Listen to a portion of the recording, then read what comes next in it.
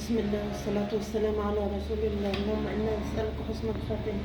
حبايب قلبي، ما تنسوش الاشتراك وتفعلوا زر الجرس واكتبوا لي تعليق حلو، ربنا يسعد قلوبكم يا رب، وشاهدوا الفيديو للآخر. النهارده يا حبايبي ما صورتش معاكم امبارح لأن زي ما قلت لكم أنا تعبانة وكنت والله بكشف النهارده. بالله عليكم تدعوا لي، اللي أنا طالبة منكم تدعوا لي بس ربنا يشفيني.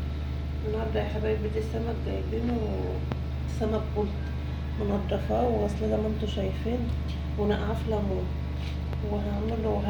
هعمل له حشوه يا حبايبي، طماطم وثوم وفلفل اخضر وشبت على كزبره. هنحط عليها بقى يا حبايبي كمون، السمك بحب الكمون، وفلفل وبابريكا يا حبايبي، ونقطة ملح صغير.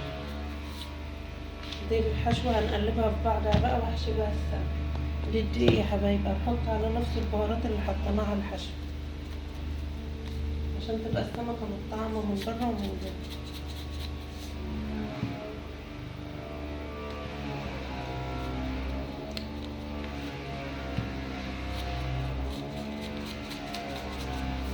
ونجيب حاجة نقلبها يا حبايبي، هنقلب بقى التتبيلة دي زي ما قلت لكم، حط عليها كمون ونطرة فلفل صغيرة وبابريكا والبهارات اللي انت بتحبها على السمك يعني. دي زي ما قلت لكم طماطم وثوم فلفل اخضر، لو عندك فلفل الوان وعايزه تحط عادي، بتبقى الحشوه دي في قلبه بتبقى طعمها حلو. دي اللي هنحشو السمك من قلب. ودي يا حبايبي هنقلبها بايدنا بقى. دي الدقيق، لو عندك نشا حط معلقه نشا، بس انا ما عندي. حطينا عليها برده كمون وفلفل، نفس البهارات اللي حطيناها على السمك. هنحشي السمك بقى يا حبايبي زي ما انتوا شايفين معايا.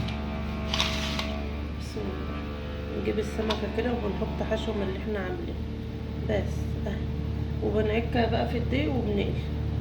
هعمل معاكم واحده دي اهو يا حبايبي، زي ما قلت لكم انا قافله ليمون.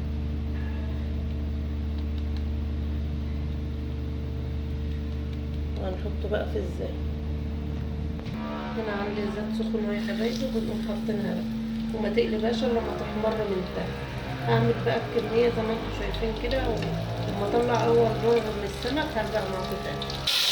وصلت معاكم يا حبايبي كده، طلعنا اول ربع. دي شبك يا حبايبي.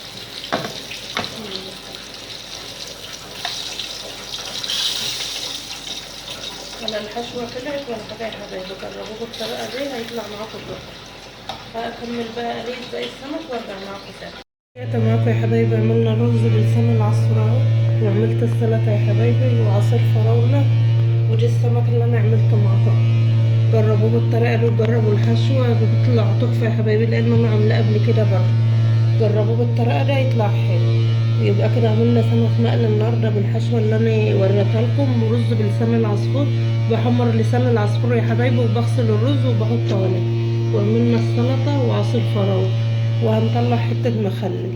دي فطرنا النهارده يا حبايبي، فضل ونعمه من عند الله. متنسوش يا حبايبي الاشتراك وتفعلوا زر الجرس واكتبوا لي تعليق حلو، ربنا يسعد قلوبكم يا رب، وشاهدوا الفيديو للاخر. والسلام عليكم ورحمه الله وبركاته.